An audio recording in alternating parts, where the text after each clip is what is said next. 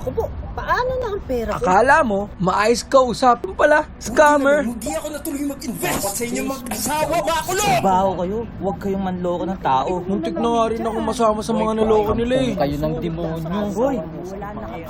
ibalik yung pera namin. Galing yung magpilog ng mga tao. Nawawala daw yung scammer. Nandito tayo sa bahay ni Antonino Rosales, ang sinasabing mastermind ng BS Fund Scam. May mga balita na bigla na lang nawala si Antonino Rosales mula sa bahay nila kagabi. Sigurado ako, ang nangyari dyan, nagkadenggoyan ng share dun sa na-scam nila. Kaya nagpatayan yung mag-asawa kasi nagkadenggoyan sa paghahati nila. Hindi sila magkasundo sa paghahati. Yun. Uy, ano ba? Proud ka pa? Makita lang sa TV, lahat ng ibento, ingangaw mo? May mga spekulasyon na baka tumakas si Anton o di kaya naman ay may nangyaring masama sa kanya. Hoy! Hoy, Millie! Sinungaling! Asan ako? Asan ako? Sabihin sa kanila! Asan siya? Alam mo, tinatawag mo lang siya! Sinungaling! Baka kung nanonood ang asawa ninyo ngayon, ano po ang masasabi niyo sa kanya?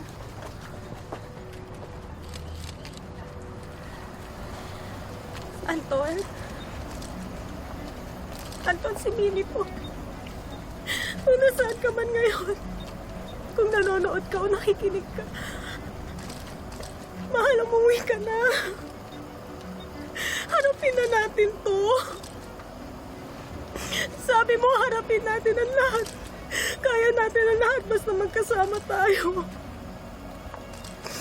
Anton, nakikiusap ako. Ipakita mo sa kanila na wala kang kasalanan. Na hindi totoo yung sinasabi nila. Hindi ka man naloko.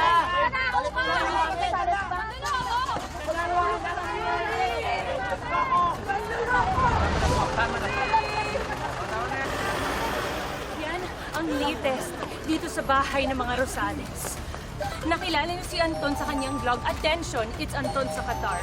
And it's been a few months since sumabog ang BS Fund Scam. Ngayon, isa na lang ang tanong ng lahat. Where is Millie Rosales' missing husband?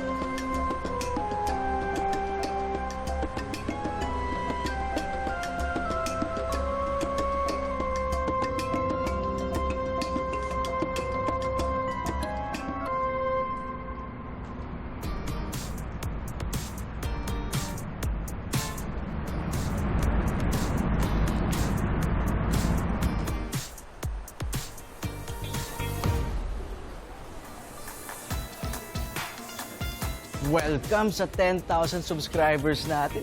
Sumano, 10,000. Kaya maraming salamat sa inyong lahat, sa inyong suporta at sa mga sumusubaybay sa aking vlog. Attention! It's Anton! At ngayon, andito tayo sa Souq Waqif. Yan ang tinatawag nila na palengke, pero mas sosyal. Day off natin ngayon. Kaya nandito tayo para mamasyal, mamili ng konti, kumain. Pero dapat dito kung bibili ka, magaling ka maghagel. Tulad nito, sasabihin nila 20 dirhams, pero kaya mong bilhin na mas mura yan. Ganyan talaga ang buhay ng OFW.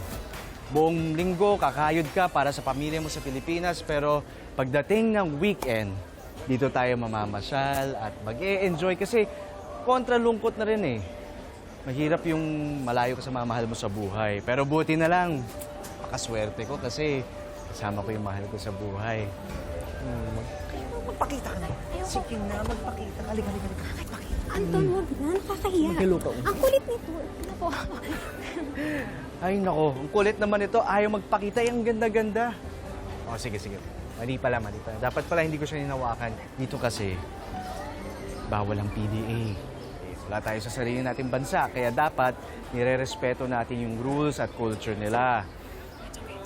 Patihirap na rin talaga na wala tayo sa sarili nating bayan, pero para sa ekonomiya, para sa pamilya natin, para sa kinabukasan, malaban kami ng mahal ko. Basta magkasama kami, kakayanin namin to. Diba, mahal? This is Anton. Thank you for your attention.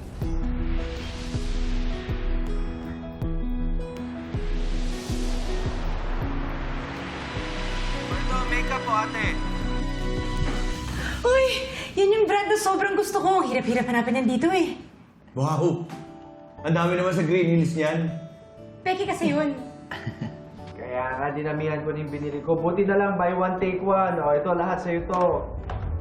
Anton, anak! Yung mabango mo, ha? Huwag mo kakalimutan! Siyempre naman. Paano kung makakalimutan ng pabango ng pinakamamahal kong mama? Salamat, anak! Sip-sip. Noning, yung tablet ko po. Ay! Ikaw pa? Oh, andito na. Na-impake ko na. Malakas ka sa akin eh. Ayun oh. Noning, maraming salamat po. The best ka talaga. O sige. Kung may makabilin pa kayo, i-message nyo na lang sa akin. Kapag napuno ko na to, tsaka ko na ipapadala sa inyong lahat, ha? Ay, Ton! Baka naman may mahanap ka dyan gulong para sa motor ko. Ang laki nun, hindi yung kasya sa balikbayan box. O siya, miss you all! Mahal na mahal ko kayo! Love you too, anak! Kailangan pa kami, ha? Kaya alis na kami. Babay ka na kay, kay mama. Sige po, bye-bye po. Bye! Bunso! Bye! Oh, bye-bye!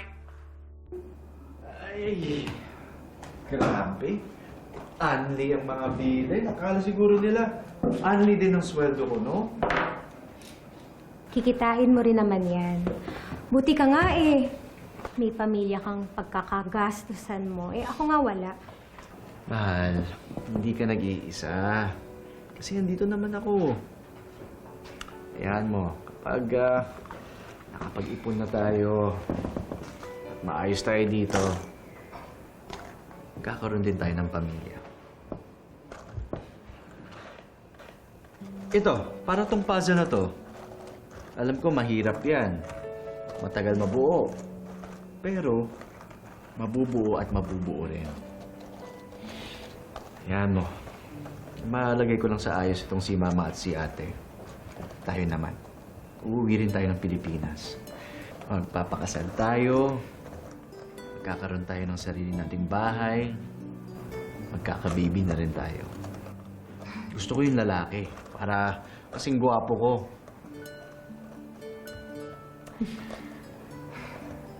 Parang gusto ko babae. Para nasusuplayan ko, naayusan ko. Parang yung ginagawa ni Mamang sa akin noon nung nabubuhay pa siya. Pwede. Kambal, no? Para minsana na lang. Pwede natin simulan ngayon. Wala si Brenda dito. Mahal, may lakad pa tayo. Uy, nang yan. Hindi man yan malalaman. Mahal. Mabilis lang to. Mahal. Ay! Yung puzzle tuloy, nahulog. Ikaw talaga. Mahal, ako na dyan. Hayaan mo na ako. Hindi, mahal. Pag meron talagang nawala dito, ni isang peraso, naku, hindi natin mabubuo. Ayan. Yan. Diba?